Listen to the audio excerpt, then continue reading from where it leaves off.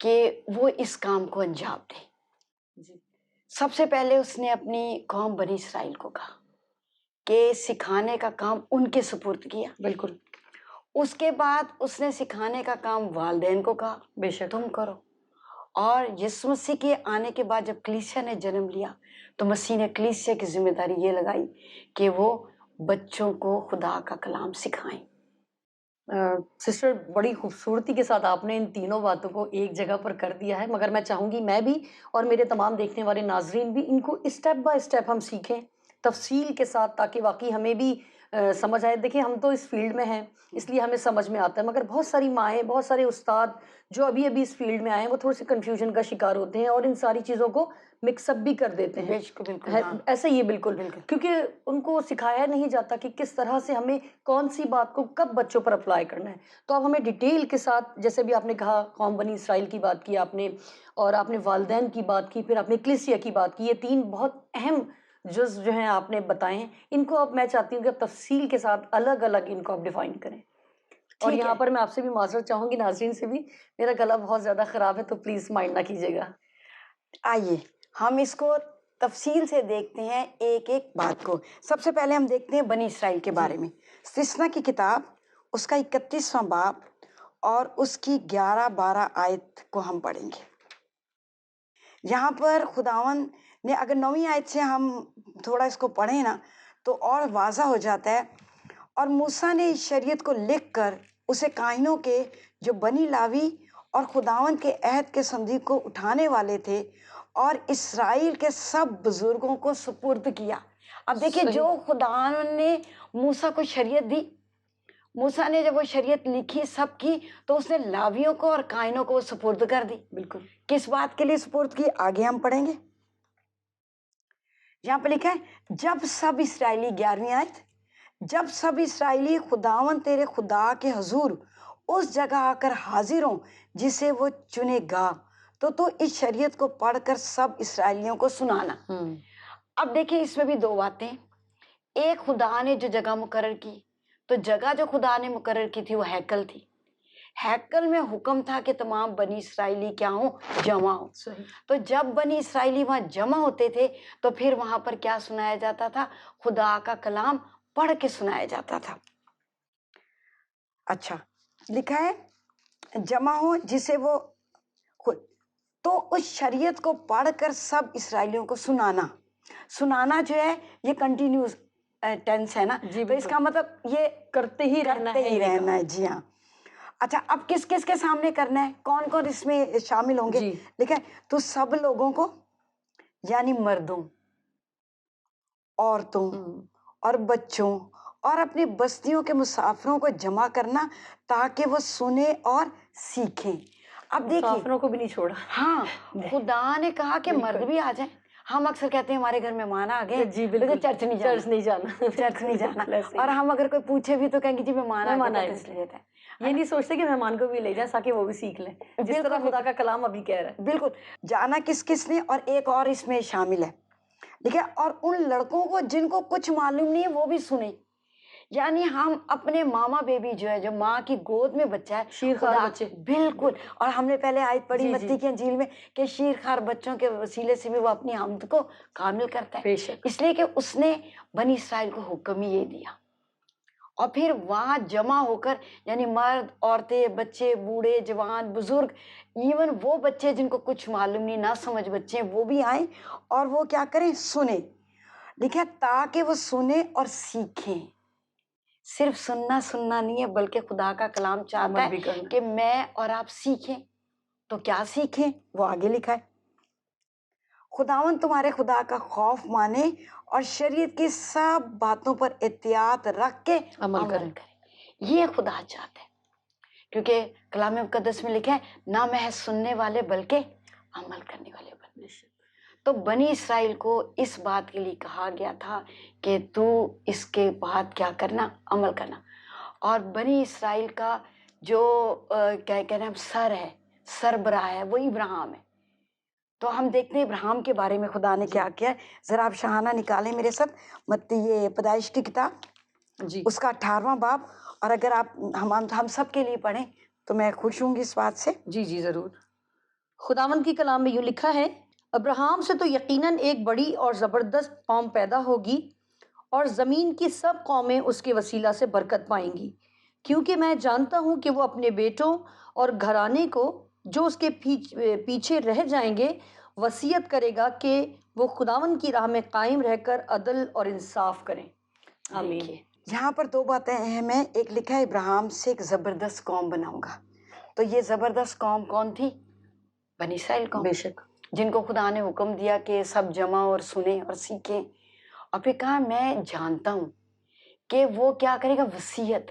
دیکھیں ہم اپنے بچوں کے لیے بہت ساری وصیت کرتے ہیں، گھر کی بہت ساری پلاننگز ہوتی ہیں، بہت ساری باتیں ہوتی ہیں، تو یہاں پر ابراہیم کے لیے جو لکھا ہے کہ وہ وصیت کرے گا، کیا وصیت کرے گا؟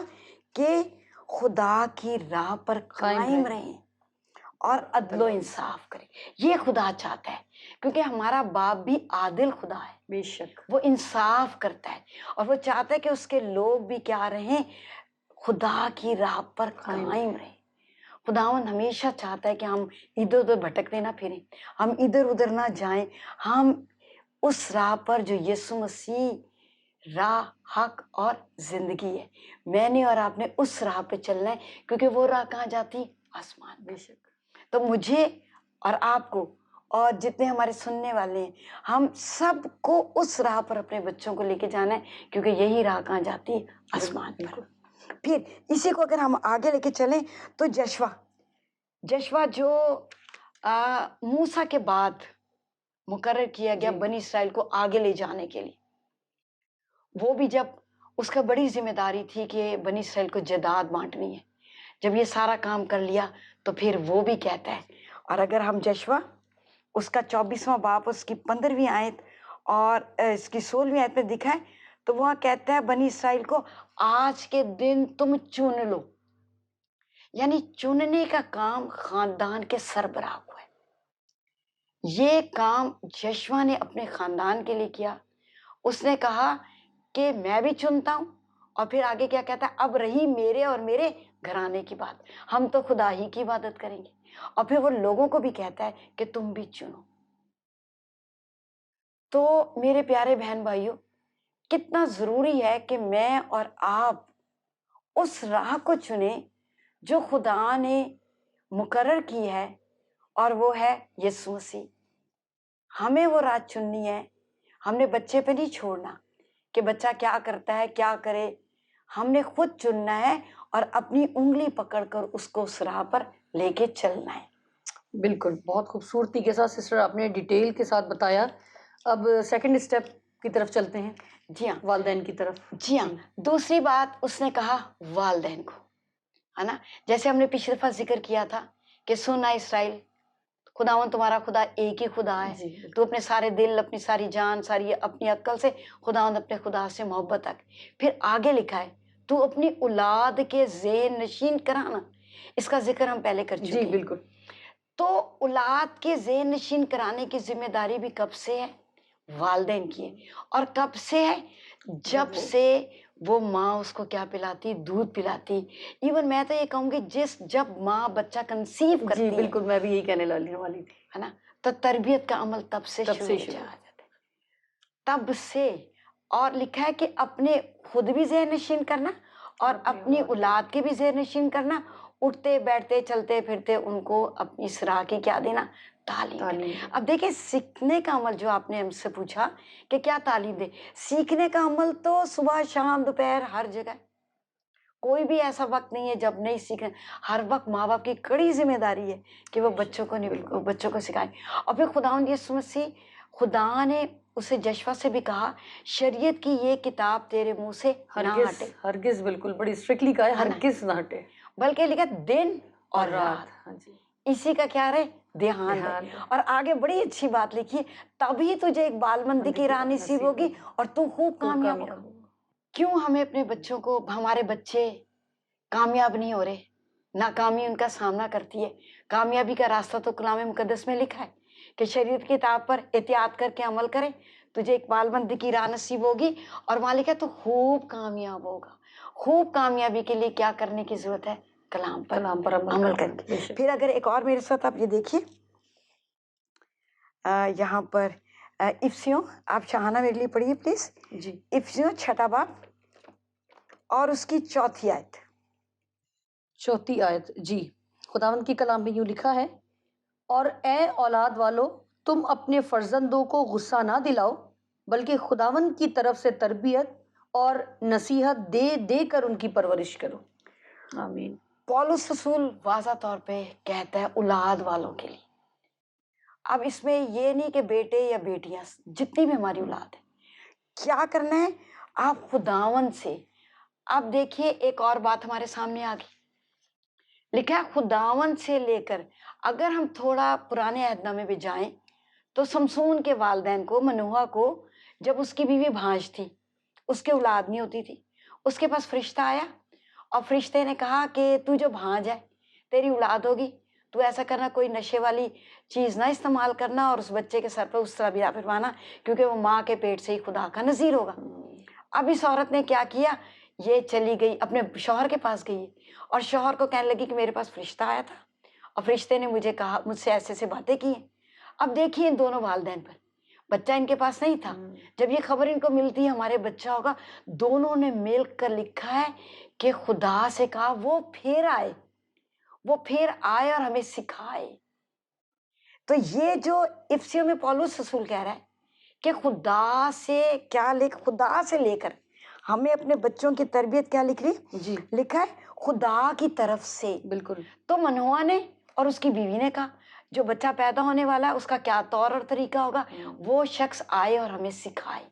تو والدین کو بھی اور مجھے اور آپ کو سب کو سیکھنے کی ضرورت ہے. بے شک. خدا کو یہ کہنے کی ضرورت ہے سکھا، اور بالکل. سکھائے گا کون؟ خدا کا پاک روح جو بڑا استاد ہے. بے شک. بے شک.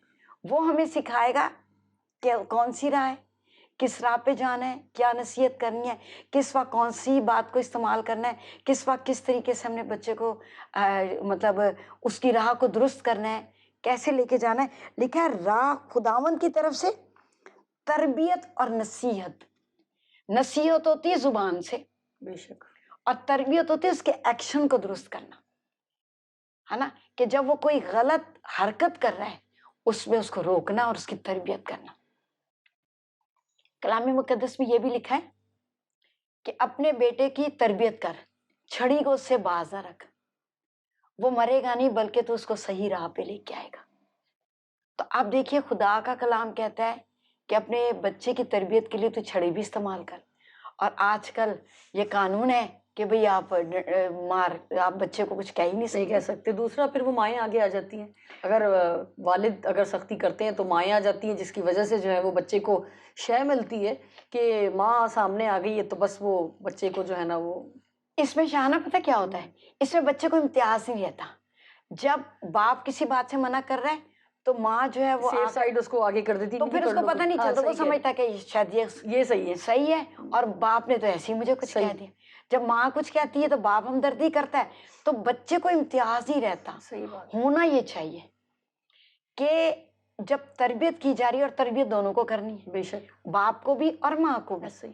تو جب وہ تربیت کر رہا ہے تو ایک اگر ماں کر رہی ہے تو باپ کو خاموش رہنا چاہیے، ماں کر رہی ہے تو پھر باپ کو خاموش رہنا چاہیے. مل کر یہ ہمیں کام کرنے کی ضرورت ہے تاکہ ہمیں اسی طور پر اس کی پرورش کرنی ہے. لیکن اگر امثال 29 باب آپ ایک اور دیکھ لیجیے. جی جی بالکل. امثال 29 باب کی اگر آپ 17ویں آیت دیکھ لینا تو ہم اس کو اور زیادہ اچھے طور پہ جان سکیں گے. 29 کی 17 آیت، یہاں پر یوں لکھا ہے اپنے بیٹے کی تربیت کر، وہ تجھے آرام دے گا. دیکھیں کتنی اچھی بات ہے. تربیت کرنے سے ہمارا ہی فائدہ ہے، کیونکہ ایک وقت آتا ہے کہ ماں باپ بوڑھے ہو جاتے ہیں، پھر بڑھاپے میں ماں باپ کو سنبھالنا. کیونکہ روت کی کتاب میں نومی کے پاس اسرائیلی عورتیں آتی ہیں، اور اسرائیلی عورتیں جب روت کے بیٹا پیدا ہوتا ہے تو اس کو کہتی ہیں یہ تیرا بحال کرنے والا اور بڑھاپے کا پالنے والا. تو آپ دیکھیے ماں باپ کو تو بچوں سے یہ امید ہے کہ جب بوڑھے ہو جائیں تو وہ بچوں کو پالیں اور ان کو بحال کریں.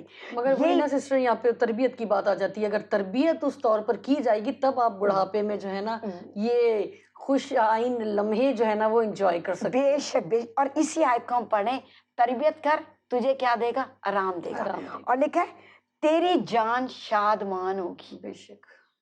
تو بات تو وہی جو آپ نے پہلے کہی کہ پرورش ہوگی، تربیت ہوگی تو ہی بچے کے والدین آرام بھی پائیں گے شک، اور بالکل، شادمانی بھی بالکل. پائیں گے. یہ بہت ضروری ہے. یہاں پر میں خطا کلامی کی معذرت چاہوں گی سسٹر، اور یقیناً ان اولاد والی ماؤں سے، والدین سے ریکویسٹ کروں گی کہ جس طرح پچھلا پروگرام بھی ہم نے کلام سے، کہ ہمیں کس طور پر کلام سے بچوں کی تربیت کرنی ہے، آپ کے لیے ایک چھوٹی سی کوشش اور جرت کی ہے کہ آپ کے ساتھ شیئر کر سکیں.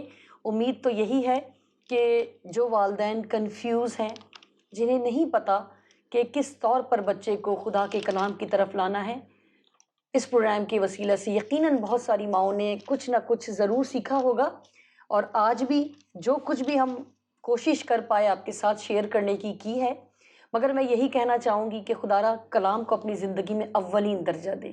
خدا کا کلام ہماری رہنمائی کرتا ہے کہ ہمیں کس طور پر اپنے آپ کو صحیح راہ پر لانا ہے. خاص کر بچوں کے معاملے میں بالکل بھی لاپرواہی نہ کریں، کیونکہ مستقبل میں جب آپ بزرگ ہوں گے اور وہ جوان ہوں گے تو آپ کو پالنے کے لیے، آپ کی پرورش کے لیے، آپ کو اس بڑھاپے میں سہارے کے لیے اپنی اولاد کی طرف دیکھنا پڑتا ہے. تو اچھی تربیت اسی ٹائم پہ پتہ چلتی ہے. شکریہ. جی شانہ سسٹر. میں ایک بات اور شیئر کروں گی. خروج کی کتاب اس کی 23ویں باب کی 25ویں آیت میں خاندان کے لیے ایک اور خدا کا جی حکم. ضرور. وہ حکم ہے، اور تم خداوند اپنے خدا کی عبادت کرنا، تب وہ تیرے روٹی اور پانی پر برکت دے گا. دیکھیے ہم رونا روتے مہنگائی کا، یہ خرچے پورے نہیں ہو رہے، ہے نا. تو اس خرچے پورے کرنے کا علاج کلام مقدس میں ہے. میں نے اپنی شخصی زندگی میں اس چیز کا تجربہ کیا، اور آپ نے بھی ضرور کیا بے ہوگا، شک، بالکل. کہ ہم اپنی خاندانی عبادت کو کبھی نہ چھوڑیں. کتنے بھی ہم مصروف ہیں، کتنے بھی ہم تھکے ہوئے ہیں، کتنے بھی کام ہیں، کچھ بھی ہے، بیمار ہے، خوش ہیں، کچھ بھی ہے، ہمیں روزانہ اپنے بچوں کو لے کر بیٹھنا ہے اور اپنے گھر میں دعا کا مذبح لگانا ہے اور اپنے بچوں کو دعا کرنا سکھانا ہے. اور کیا کرنا ہے؟ اور اس کے ساتھ پھر وعدہ ہے، تم میری عبادت کرنا، تمہارے روٹی اور پانی پر کیا ہوگی؟ برکت ہوگی. تو برکت پانے کا ایک علاج ہے عبادت کرنا. عبادت کرنا. بے شک، بالکل. بہت خوبصورت بات کی آپ نے سسٹر. اب یہاں پر میں چاہوں گی کہ ٹائم کی کمی ہے، تو اب آپ آخری جو اسٹیپ ہے ہمارا کلیسیا کے حوالے سے، جی ہاں، اس کو مختصراً لفظوں میں بیان کریں. ضرور ضرور. اچھا، تیسرا کام خدا نے کلیسیا کو دیا، یہ کلیسیا کی ذمہ داری ہے کہ وہ اس کام کو آگے بڑھائے اور جی. بچوں کو دے. اگر اس کے لیے ہم دیکھ لیں یوحنا کی انجیل اور اس کا ہے 21واں باب. یوحنا کی انجیل 21ویں باب میں یہاں پر جو کلیسیا کا سب سے پہلا لیڈر تھا پطرس. جی. پطرس کو جب اسے یسوع کا انکار کیا اور دوبارہ مچھلیاں پکڑنے کے لیے چلا گیا، دوبارہ یسوع مسیح جی اٹھنے کے بعد اس کو ملتے ہیں، اور ملنے کے بعد اس سے 3 دفعہ کوشچن کرتے ہیں، کیا تم مجھ سے پیار رکھتا ہے، کیا تم مجھ سے پیار کرتا ہے؟ تو وہ ہمیشہ کہتا ہے خداوند تو جانتا ہے. یا پہلی دفعہ جو یسوع مسیح نے اس کو کہا، اس کی 15ویں آیت میں لکھا ہے، اس نے اسے کہا تو میرے برے چرا. تو پہلی خدمت جو اس کو دی گئی وہ برے چرانے کی. برے کہتے ہیں بھیڑ کے بچے کو. میں اور آپ یسوع مسیح کی کیا ہے؟ بھیڑیں ہیں. یسوع مسیح میرا اور آپ کا اچھا چرواہا ہے. اس اچھے چرواہے کو بڑی بھیڑوں کے ساتھ ساتھ چھوٹی بھیڑوں کا بھی فکر ہے، بالکل. کیونکہ یہ چھوٹی بھیڑ ہمارے مستقبل ہے. یہی بھیڑیں ہیں جو بڑی ہو کر دودھ بھی دیں گی اور بچے بھی دیں گی. بے شک. تو یسوع مسیح نے ان بھیڑوں کے لیے پطرس کو کہا کہ تو میرے برے چرا، اور اس کے بعد اس کو کہتا ہے کہ میرے بھیڑوں کی گلہ بانی کر، پھر کہتا ہے میری بھیڑیں چرا. تو کلیسیا کو پہلی ذمہ داری کس کی دی گئی؟ بچوں کی. کیونکہ یہ آنے والے ہماری کلیسیا ہے، آنے والا ہمارا ستون ہے، اور خدا چاہتا ہے کہ میں اور آپ کیا کریں؟ برے چرائیں. تو نہ صرف ہم جو ہے کہ اس کو پڑھیں، ہم میں سے ہر ایک کیونکہ دیکھیں کلام میں ہر ایک کے لیے، جیسے پچھلی دفعہ ہم نے ذکر کیا تھا، پس تم جا کر، ہے نا، اور یسوع مسیح نے خدمت کرنے سے کہا پہلے یروشلم، پہلے اپنے گھر میں۔ بلکہ میں یہاں پہ یہ بھی کہوں گی بہن بھائیوں آپ کو کہ جتنے خادم ہیں، نجات یافتہ ہیں، خدا کو جاننے اور پہچاننے والے لوگ ہیں، وہ اپنے گھر سے شروع کریں۔ روز اپنے بچوں کو لے کے بیٹھیں، اپنے بچوں کو مسیح کے بارے میں بتائیں، وہ نجات پائیں، مسیح کو قبول کریں، کلام کی چھوٹی چھوٹی سچائیاں ان کے اندر ڈالیے، یہی پھلدار پودا بن جائے گی، چھوٹا سا بیج بڑا، کیونکہ کلام میں تو اتنی قدرت ہے، اس کا ایک شوشہ، ایک نقطہ، یہ بھی کسی کی زندگی بدل سکتا ہے۔ تو چھوٹا چھوٹا سا بیج ہم بوئیں گے بچوں میں تو بڑا ہو کر تناور شخص وہ بالکل درخت بن جائے گا۔ بالکل پھر جو ہماری کلیسیا کے خادم ہیں، جو کلیسیا میں خدمت کرتے ہیں، میں ان کے لیے ضرور کہوں گی کہ آپ لوگ اپنے چرچ میں سنڈے اسکول کی خدمت کو فروغ دیں، ضرور ایسے تربیت یافتہ فوکس ہونا چاہیے۔ سنڈے اسکول، ہاں، کیونکہ آنے والی کلیسیا یہی ہے۔ آپ اپنا فوکس اس پر رکھیے، بچوں کے لیے سنڈے اسکول تربیت یافتہ استادوں کو تیار کیجیے، بالکل جو تربیت یافتہ ہوں، جو انہیں کی زیر نگرانی ہو تو بہت ہی زبردست طریقے سے، اور میں کہتی ہوں کہ نجات یافتہ، نجات یافتہ، بالکل پچھلی دفعہ ہم نے اس پر جی، اس پر بات کی کی ہم نے کہ کہ نجات استاد یافتہ۔ کا جو ہے نا وہ شبیہ جو ہے نا وہ اس کے شاگردوں میں چھلکتی ہے۔ بالکل، یسوع نے کہا نا تم میری یسوع جی استاد ہے، کہتا ہے تم میری مانند بنو۔ بالکل بالکل تو ہمیں مسیح کی مانند بننے کے لیے تو بہت کچھ کرنے کی بالکل ضرورت ہے، بالکل بالکل اس کی لمبائی، چوڑائی، گہرائی، اونچائی۔ آخری حوالے کے ساتھ پھر ہم اس کو ختم کریں جی گے، بالکل۔ اس کا افسیوں 3:18 ہے، چاہنا اگر آپ میرے لیے پڑھو۔ جی، خداوند کے کلام میں یوں لکھا ہے، سب مقدسوں سمیت بخوبی معلوم کر سکو کہ اس کی چوڑائی اور لمبائی اور اونچائی اور گہرائی کتنی ہے۔ جی ہاں، یہاں آمین۔ لکھا ہے سب مقدسوں سمیت۔ تو ایک بچہ اگر بچپن میں مسیح کو قبول کرتا ہے، وہ مقدس ہے، آمین۔ وہ پاک ہے، وہ یسوع کے لہو سے دھلا گیا ہے۔ تو جس طرح میں، اور بلکہ میری زندگی میں تو میں نے دیکھا ہے، اور کلام مقدس بھی اس چیز کی شہادت دیتا ہے کہ خدا نے جن کو ماں کے پیٹ سے ہی چنا، نے زبردست کام کی۔ بہت خوبصورت کام۔ سمسون کو دیکھ لو، بالکل بالکل یوحنا بپتسمہ دینے والے کو دیکھ لو، ہے نا، یسوع مسیح تو جو سب سے بڑا ہی ہے، ٹھیک ہے۔ تو یسوع مسیح بچپن سے، اور وہ آج اور کل بلکہ اب تک یکساں ہے۔ یکساں۔ وہ اس وقت چنتا تھا، وہ اب بھی چنتا ہے، بے شک، بچپن بے سے شک، چنا۔ بالکل۔ میں آپ کے سامنے، خدا نے مجھے بچپن سے جی چنا۔ بالکل بالکل۔ بہت شکریہ سسٹر، ہم آپ کے نہایت شکر گزار ہیں ان ساری خوبصورت باتوں کے لیے جو آپ نے کلام سے ہمارے لیے رہنمائی کی، اور خاص کر جو میرے تمام ناظرین ہیں ان کی بھی میں نہایت شکر گزار ہوں۔ اگر ناظرین آپ کو اس پروگرام میں یا پچھلے پروگرام میں بھی کسی بھی قسم کی کوئی دشواری پیش آئی ہو تو آپ ہم سے رابطہ کر سکتے ہیں۔ ہماری ساری ڈیٹیلز اس پروگرام کے بعد آپ کی اسکرین پر نمایاں ہوں گی۔ کسی بھی قسم کی الجھن کا شکار ہیں تو ہم سے رابطہ کیجیے۔ اگلے پروگرام تک کے لیے شہانہ کو اور سسٹر سائرہ سمینہ کو اس پروگرام سے اجازت دیجیے۔ خدا حافظ۔